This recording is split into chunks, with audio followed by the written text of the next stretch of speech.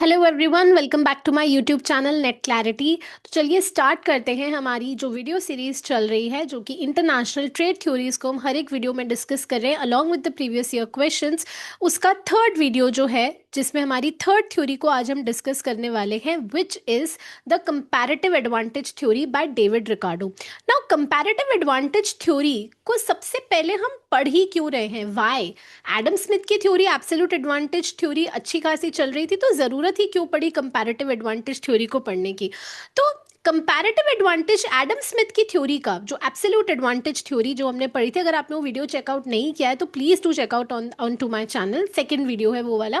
Absolute advantage theory का एक सबसे बड़ा लिमिटेशन था, एक बहुत बड़ा लिमिटेशन या डिसएडवांटेज कह लीजिए। अब वो डिसएडवांटेज क्या था कि एक कंट्री, एब्सोल्यूट एडवांटेज थ्योरी में क्या था, बहुत सिंपल, कंट्री ए है, कंट्री बी है। कंट्री ए जो है वो बहुत स्पेशलाइज्ड है किसी एक प्रोडक्ट को बनाने में, लेट्स से वीट को बनाने में बहुत ज़्यादा स्पेशलाइज्ड है, बहुत कम कॉस्ट लगती है, बहुत कॉस्ट एफिशिएंटली कम कॉस्ट पर वीट को बना लेती है। बी लेट्स से क्लॉथ को बना लेती है कम कॉस्ट पर। तो ए जो है वो ए कंट्री बी कंट्री को वीट एक्सपोर्ट कर देगा, एंड बी जो है वो ए कंट्री को क्लॉथ एक्सपोर्ट कर देगी। तो ए सिर्फ वीट बनाएगा, बी सिर्फ क्लॉथ बनाएगी, और बाकी अगर ए को क्लॉथ की जरूरत पड़ेगी तो वो बी कंट्री से ले लेगा, बी कंट्री को वीट की जरूरत पड़ेगी तो वो ए से ले लेगा। इस तरीके से इंटरनेशनल ट्रेड होती थी एडम स्मिथ की थ्योरी में, क्योंकि हर कंट्री को एक प्रोडक्ट को बनाने में एब्सोल्यूट एडवांटेज था।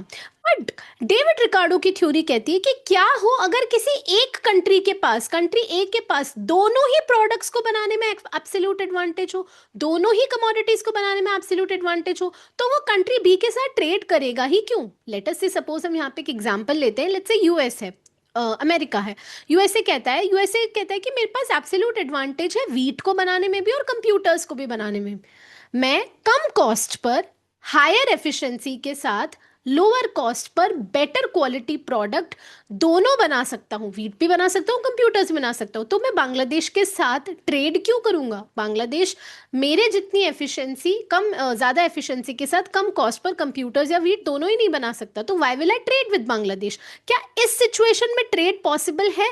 तो डेविड रिकार्डो की थ्योरी कहती है यस, इस काइंड ऑफ सिचुएशन में भी जहां एक कंट्री के पास दोनों प्रोडक्ट्स को बनाने में एब्सोल्यूट एडवांटेज है, फिर भी ट्रेड जो है वो हो सकता है। अब आपको ये याद रखना है, ईयर बहुत इंपॉर्टेंट, क्योंकि कभी कभी मैच द फॉलोइंग में एनटीए जो है वो ईयर पूछ लेता है। ठीक है, बहुत बार पीवाईक्यूज में ये क्वेश्चंस रिपीट हुए हैं, जब इनिशियली 2019-20 के पीवाईक्यूज में क्वेश्चन रिपीट हुए हैं।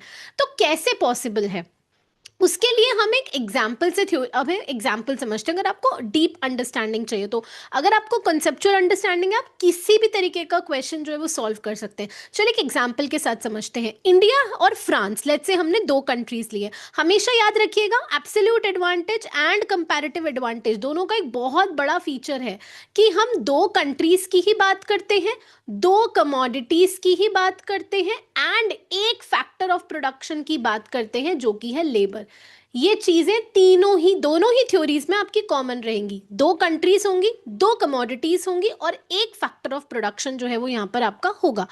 इंडिया जो है 120 let's say labour hours India को लगते हैं जूट बनाने में। दो कमोडिटीज मैंने ली हैं, जूट और लेदर, दो कंट्रीज हैं आपकी, इंडिया और फ्रांस। अब इंडिया को 120 लेबर आवर्स लगते हैं जूट बनाने में, एंड इंडिया को लेदर बनाने में 100 लेबर आवर्स लगते हैं। ऐसे ही फ्रांस को 80 लेबर आवर्स जो हैं वो लगते हैं जूट बनाने में, और 90 लेबर आवर्स लगते हैं लेदर बनाने में। अब यहाँ पर बहुत ही क्लियरली इस टेबल से हमें एक चीज़ तो बहुत क्लियरली समझ में आ रही है। वो क्या समझ में आ रही है कि फ्रांस को तो मैम एब्सोल्यूट एडवांटेज है, फ्रांस को 80 और 90 आवर्स लग रहे हैं, 80 आवर्स जूट बनाने में, 90 आवर्स लेदर बनाने में। इंडिया को 120 आवर्स और 100 आवर्स।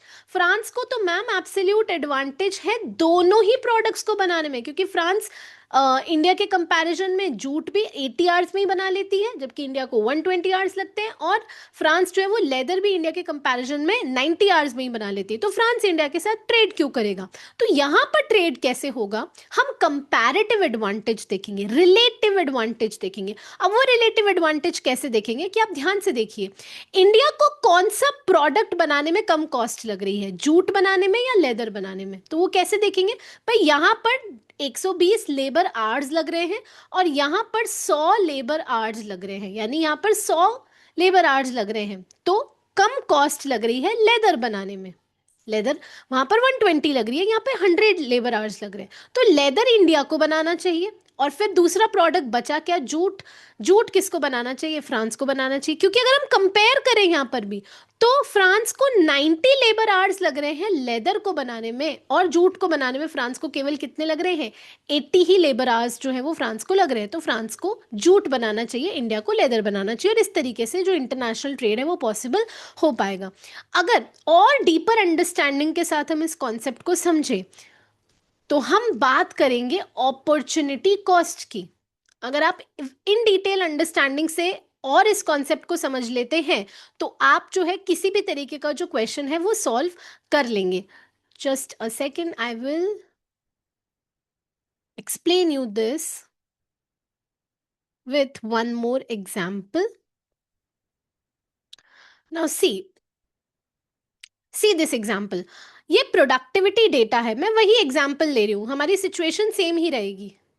दो प्रोडक्ट रहेंगे हमारे पास, दो कंट्रीज रहेंगे, और एक फैक्टर ऑफ प्रोडक्शन, यानी कि हमारे पास क्या रहेगा, एक हमारे पास फैक्टर ऑफ प्रोडक्शन हमारा क्या रहेगा, लेबर रहेगा। ठीक है, लेकिन अब हम इसमें क्या कर रहे हैं, अब हम इसमें अपॉर्चुनिटी कॉस्ट की भी बात कर रहे हैं। बहुत ध्यान से आप इस एग्जाम्पल को जो है वो समझिएगा। कंट्री है यहाँ पर एक यूएसए, और एक कंट्री है यहाँ पर बांग्लादेश। ठीक है, और दो प्रोडक्ट है हमारे पास, एक है कंप्यूटर और एक है टेक्सटाइल, दो प्रोडक्ट्स आ गए। अब यूएसए को 10 घंटे लगते हैं एक कंप्यूटर को बनाने में, और यूएसए को एक टेक्सटाइल को बनाने में 4 घंटे लगते हैं। ऐसे ही बांग्लादेश को 20 घंटे लगते हैं एक कंप्यूटर को बनाने में, और 5 घंटे लगते हैं एक टेक्सटाइल को बनाने में। ठीक है, अब आप तो क्लियरली कोई भी अगर देखेगा तो यहाँ पे साफ पता चल रहा है मैम, यूएसए को एब्सोल्यूट एडवांटेज है दोनों प्रोडक्ट्स को बनाने में। वो बांग्लादेश के कंपैरिजन में 10 घंटे में कंप्यूटर भी बना लेते हैं, और बांग्लादेश के कंपैरिजन में 4 घंटे में। तो यूएसए को एब्सोल्यूट एडवांटेज है, तो फिर ट्रेड क्यों करें, ट्रेड अब भी हो सकती है। कैसे हो सकती है, आप उसको एग्जाम्पल से समझेंगे, बहुत डीपर अंडरस्टैंडिंग है, आपको कॉन्सेप्ट बहुत बिल्कुल इन डेप्थ समझ में आ जाएगा, आप कोई भी क्वेश्चन सॉल्व कर लेंगे वंस यू अंडरस्टैंड दिस। देखिए, अगर मैं कहूं कि यूएसए सिर्फ और सिर्फ कंप्यूटर ही बनाए, ठीक है, या लेट्स से सपोज यूएसए सिर्फ और सिर्फ टेक्सटाइल ही बनाए, कंप्यूटर बिल्कुल भी ना बनाए, कंप्यूटर बिल्कुल भी ना बनाए, तो कंप्यूटर को बनाने में जो 10 घंटे लग रहे हैं वो सारा का सारा अपना टाइम किस में डिवोट करेगा, टेक्सटाइल को बनाने में। और टेक्सटाइल को बनाने में कितने लगते हैं, यूएसए को 4 घंटे लगते हैं। सो 10 डिवाइडेड बाय 4 यानी 2.5 टेक्सटाइल्स। यानी कि अगर यूएसए कंप्यूटर बिल्कुल भी नहीं बनाएगा और सारी की सारी सिर्फ टेक्सटाइल पर ही अपना टाइम डिवोट करेगा, तो यूएसए 2.5 टेक्सटाइल्स बना लेगा। ठीक है, कंपैरेटिवली अगर मैं ये चीज बांग्लादेश के साथ कंपेयर करूं, यानी कि मैं अपॉर्चुनिटी कॉस्ट निकाल रही हूं। अपॉर्चुनिटी कॉस्ट का मतलब क्या होता है, व्हाट इज अपॉर्चुनिटी कॉस्ट। जैसे सपोज मैंने अपनी जॉब छोड़ी in order to start a business, किसी ने अपनी जॉब छोड़ी टू स्टार्ट अ बिजनेस। अब वो अपनी जॉब में 50,000 की सैलरी अर्न कर रहे थे, एंड अपने बिजनेस में वो 1 लाख सपोज वो जो है अर्न कर रहे हैं, बिजनेस में इज अर्निंग 1 लाख, एंड उन्होंने अपनी जॉब छोड़ी जो कि 50,000 की सैलरी दे रही थी, तो जॉब को सैक्रिफाइस किया in order to start the business. So what is the opportunity cost to start a business, the opportunity cost is the job that you have left, that you have sacrificed to start a business. यही हम बचपन से पढ़ते आ रहे हैं, that opportunity cost is the value of the next best alternative that you have forgone और what that you have given up. तो अगर मैं बोलूं कि यूएसए की अपॉर्चुनिटी कॉस्ट क्या है एक कंप्यूटर की, अपॉर्चुनिटी कॉस्ट ऑफ 1 कंप्यूटर, कि अगर कंप्यूटर वो ना बनाए, सैक्रिफाइस करे कंप्यूटर को बनाना, तो वो 2.5 टेक्सटाइल्स बना लेगा। यही अगर हम अपॉर्चुनिटी कॉस्ट एक कंप्यूटर की देखें, लेकिन बांग्लादेश की देखें, कि बांग्लादेश में हम कंप्यूटर ना बनाए, सिर्फ और सिर्फ टेक्सटाइल ही बनाए, तो बांग्लादेश ये जो 20 घंटे कंप्यूटर को बनाने में लगा रहा है, ये 20 घंटे नहीं लगाएगा कंप्यूटर को बनाने के, ये अपने सारे के सारे 20 घंटे किस में डिवोट करेगा, टेक्सटाइल्स को बनाने में। और टेक्सटाइल कितने घंटे में बनाता है बांग्लादेश, 5 घंटों में। सो 20 डिवाइड बाय 4, तो बांग्लादेश कितनी टेक्सटाइल्स बना लेगा, 4 टेक्सटाइल्स बना लेगा। तो यानी बांग्लादेश अगर कंप्यूटर को बनाना सैक्रिफाइस कर रहा है, वो नहीं बना रहा है अगर कंप्यूटर, तो वो टेक्सटाइल्स कितनी बना लेगा मैम, 4 बना लेगा। अगर यूएसए कंप्यूटर को बनाना सैक्रिफाइस कर रहा है, कंप्यूटर को बनाना सैक्रिफाइस कर रहा है, तो टेक्सटाइल्स कितनी बना लेगा यूएसए, 2.5।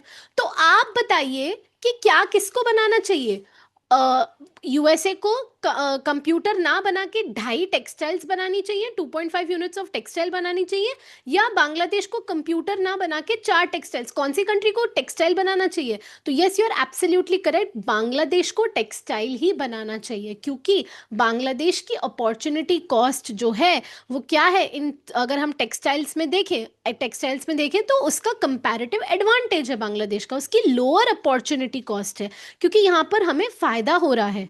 वर्ल्ड प्रोडक्शन के सेंस में आप देखिए, बांग्लादेश 4 टेक्सटाइल्स बनाएगा और यूएसए 2.5 टेक्सटाइल्स, वर्ल्ड के प्रोडक्शन के हिसाब से हम देखें तो 4 टेक्सटाइल्स बनाने में ज्यादा फायदा है, इसलिए बांग्लादेश को टेक्सटाइल्स बनानी चाहिए। सेम चीज अगर हम दूसरे प्रोडक्ट, अगर हम दूसरे सेंस में भी इसको समझ लें कि चलिए अगर यूएसए टेक्सटाइल्स बिल्कुल भी ना बनाए, सिर्फ और सिर्फ क्या बनाए, कंप्यूटर बनाए, ठीक है, टेक्सटाइल्स बिल्कुल भी ना बनाए यूएसए, सिर्फ और सिर्फ कंप्यूटर बनाए, तो अपॉर्चुनिटी कॉस्ट जो है वो टेक्सटाइल की क्या होगी मैम, 4/10, ठीक है, वो सिर्फ टेक्सटाइल बना रहा है, कंप्यूटर बना ही नहीं रहा, तो आपकी कॉस्ट क्या हो जाएगी, opportunity cost 0.4, opportunity cost of textile.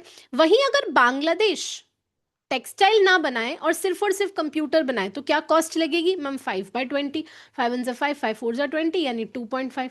तो 0.4, यानी अगर यूएसए टेक्सटाइल नहीं बनाता, सिर्फ कंप्यूटर बनाता है, तो वो 0.4 कंप्यूटर बना लेगा, 0.4 कंप्यूटर्स बना लेगा। लेकिन बांग्लादेश अगर टेक्सटाइल नहीं बना के सिर्फ कंप्यूटर बनाएगा तो वो 0.25 ही कंप्यूटर बना पाएगा। तो बताइए ज्यादा प्रोडक्शन कहाँ हो रहा है, 0.4 कंप्यूटर बनाना चाहिए या 0.25 कंप्यूटर बनाना चाहिए? वर्ल्ड प्रोडक्शन अगर हमें इंक्रीज करना है तो यस मैम, हमें 0.4 कंप्यूटर बनाना चाहिए, यानी यूएसए को कंप्यूटर बनाना चाहिए एंड बांग्लादेश को टेक्सटाइल बनाना चाहिए, क्योंकि यूएसए का अपॉर्चुनिटी कॉस्ट जो है वहां पर कम है, इसलिए यूएसए को कंप्यूटर्स बनाना चाहिए। इस तरीके से हम अपॉर्चुनिटी कॉस्ट को जो है वो कैलकुलेट करते हैं। तो USA specialize in computers and Bangladesh specialize in textile, और इस तरीके से यहाँ पर अब भी जो है वो ट्रेड क्या है, पॉसिबल है।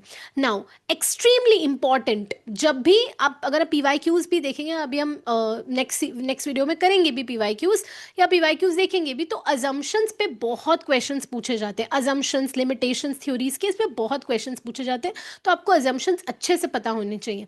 कंपैरेटिव एडवांटेज के अजम्पशंस क्या है?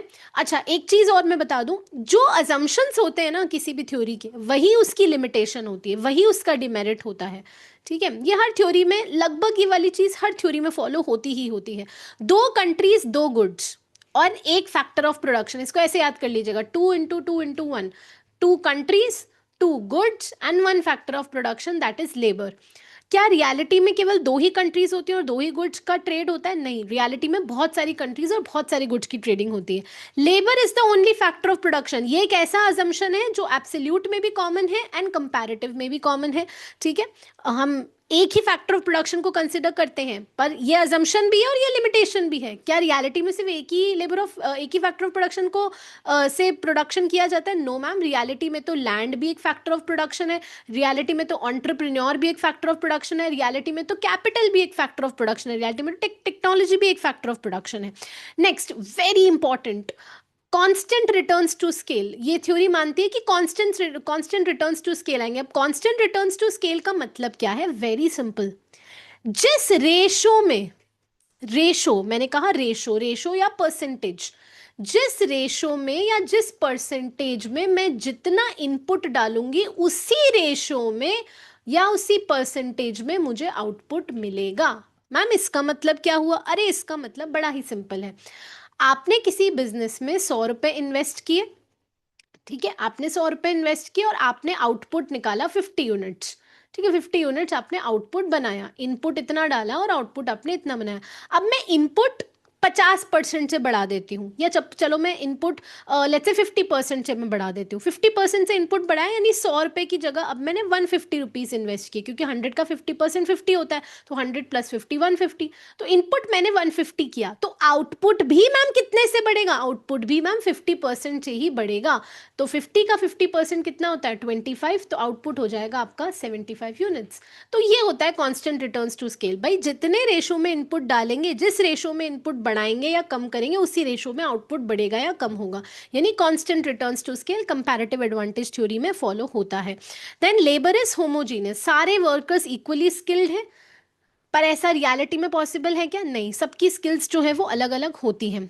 ट्रांसपोर्टेशन कॉस्ट को इग्नोर कर दिया जाता है, transportation cost, shipping cost, David Ricardo इसको मानते ही नहीं थे, और यही सेम अजम्पशन एब्सोल्यूट एडवांटेज में भी फॉलो किया जाता है। फुल एम्प्लॉयमेंट ऑफ लेबर, ये एक पॉइंट बहुत इंपॉर्टेंट है, पीवाईक्यू में एज इट इज एक बार स्टेटमेंट उठकर आ गया था कि बताइए इनमें से कौन सा कैरेक्टरिस्टिक्स कंपैरेटिव एडवांटेज थ्योरी का नहीं है। तो जो नहीं है मार्क करने के लिए हमें जो है वो पता होना चाहिए, ठीक है। तो एनटीए हमेशा प्ले करता है कि आपसे पूछ लेता है इसमें से कौन सा कैरेक्टरिस्टिक नहीं है, तो जो नहीं है उसके लिए है आपको पता होना चाहिए। देन नेक्स्ट आता है परफेक्ट कंपटीशन। मार्केट में हम अज्यूम करेंगे कि लेबर्स में परफेक्ट कंपटीशन है, मोनोपोली नहीं है, गवर्नमेंट इंटरवेंशन नहीं होता है, ट्रेड बैरियर्स भी जो है वो नहीं है, बिल्कुल आराम से आप एक कंट्री दूसरी कंट्री के साथ फ्रीली ट्रेड कर सकती है, कोई टैरिफ नहीं है, कोई कोटा नहीं है, कोई रेस्ट्रिक्शन नहीं है, ऐसा हम अज्यूम करके चलते हैं, ठीक है। तो ये इस थ्योरी की कुछ अजम्पशंस थे। वेरी इंपॉर्टेंट लिमिटेशंस, जैसे मैंने बताया जो अजम्पशंस है वही लिमिटेशंस है। हम ट्रांसपोर्टेशन कॉस्ट को इग्नोर कर रहे हैं, शिपिंग कॉस्ट को इग्नोर करें, रियलिटी में ऐसा पॉसिबल नहीं है। भाई एक्सपोर्ट इंपोर्ट करेंगे तो शिपिंग कॉस्ट तो लगेगी ना।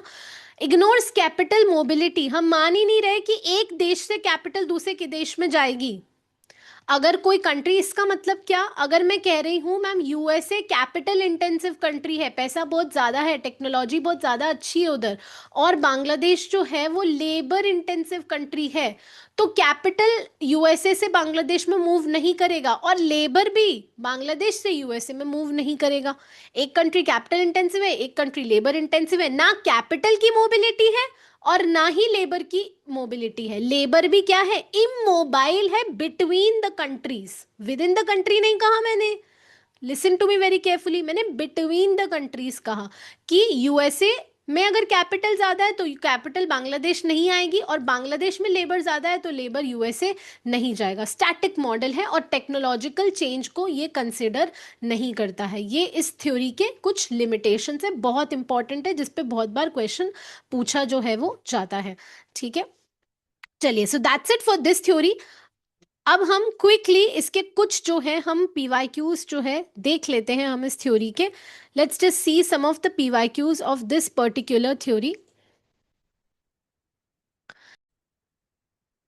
तो चलिए बहुत क्विकली हम पीवाईक्यू को डिस्कस कर लेते हैं। बहुत अच्छा पीवाईक्यू है based on this particular theory. Which of the following is not the characteristic of the comparative cost advantage, इनमें से वो पूछ रहा है, multiple selection kind of question है कि वो कह रहा है कि इसमें से कौन सा कैरेक्टरिस्टिक नहीं है, ठीक है। तो जो नहीं है, अगर हमें आपको है पता है कि कौन सा कैरेक्टरिस्टिक है तो आप नहीं है बहुत इजीली आइडेंटिफाई कर लेंगे। चलिए ऑप्शंस देखते हैं। There is full employment of factors of production, क्या ये कैरेक्टरिस्टिक है कंपैरेटिव एडवांटेज का? यस मैम, बिल्कुल है, अभी अभी पढ़कर आए हैं। फुल एम्प्लॉयमेंट हम मानते हैं कि सारे लेबर फुल्ली एम्प्लॉयड है और इक्वली स्किल्ड भी है। Next characteristic, next B point उसने बोला है, there are two countries, two commodities and two factors of production.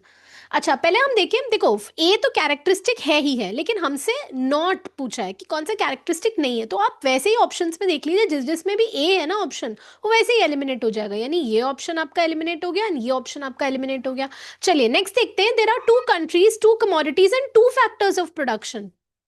क्या कंपैरेटिव में दो कंट्रीज, दो कमोडिटीज और दो फैक्टर्स ऑफ प्रोडक्शन होते हैं? मैम नहीं, कंपैरेटिव एडवांटेज में मैम दो कंट्रीज, दो कमोडिटीज और एक फैक्टर ऑफ प्रोडक्शन होता है, तो ये इसका कैरेक्टरिस्टिक नहीं है और हमें नहीं है ही चाहिए। तो जिसमें भी ऑप्शन बी होगा वो हमारा आंसर पॉसिबली हो सकता है। अब ऑप्शन 2 में भी बी है और यहाँ पर भी बी है, तो चलिए देखते हैं, फिर आगे हमें वापस एलिमिनेट करके देखना पड़ेगा। थर्ड पे जाते हैं। There are two countries, two commodities and only one factor of production. वापस वही बात आ गई, two countries, two commodities and one factor of production. Yes ma'am, ये कैरेक्टरिस्टिक होता है, तो सी वाला ऑप्शन, ये वाला हमारा नहीं होगा, यहाँ से एलिमिनेट हो जाएगा, हमारा आंसर हो जाएगा option number 4 B and E only. तो इस तरीके से अगर आपको अजम्पशंस पता है, जो है वो पता है, तो नहीं है आप बहुत इजीली आइडेंटिफाई करके एलिमिनेशन टेक्निक से आप क्वेश्चन को सॉल्व कर सकते हैं। चलिए एक और क्वेश्चन देखते हैं। थ्योरी मैच द फॉलोइंग का क्वेश्चन है, मैच द लिस्ट का क्वेश्चन है। बहुत बार अलग अलग तरीकों से इस क्वेश्चन को बहुत बार रिपीट किया गया है। कंपैरेटिव कॉस्ट एडवांटेज थ्योरी हम सबको पता है डेविड रिकार्डो ने दी है। एब्सोल्यूट एडवांटेज थ्योरी हमने पिछले सेशन में पढ़ा, एडम स्मिथ ने दी है। फैक्टर एडोनोबिट थ्योरी हम आगे वाले सेशंस में बहुत डेप्थ में डिस्कस करने वाले हैं, जो कि हेक्सर ओलिन ने दी है। एंड अपॉर्चुनिटी कॉस्ट की थ्योरी हैबर्लर ने दी है। तो इस तरीके से आप मैच द फॉलोइंग का क्वेश्चन भी बड़े इजीली सॉल्व कर सकते हैं। So I hope this video was helpful for you. Next आने वाले सेशंस में हम हैबर्लर्स की theory, Heckscher Ohlin theory, Leontief paradox, international product life cycle theories आने वाले सेशंस में करेंगे। अगर आपको ये पीडीएफ, ये डॉक्यूमेंट और ये पीवाईक्यूज का डॉक्यूमेंट फ्री ऑफ कॉस्ट चाहिए तो आप डिस्क्रिप्शन में मेरी एप्लीकेशन नेट क्लैरिटी को डाउनलोड कीजिए। वहां पर एक फीचर्ड फ्री कोर्स है जिसमें पेपर 2 के आपको विजुअल नोट्स मिल जाएंगे। You can watch it and access it free of cost. I hope you like the video. See you in the next video.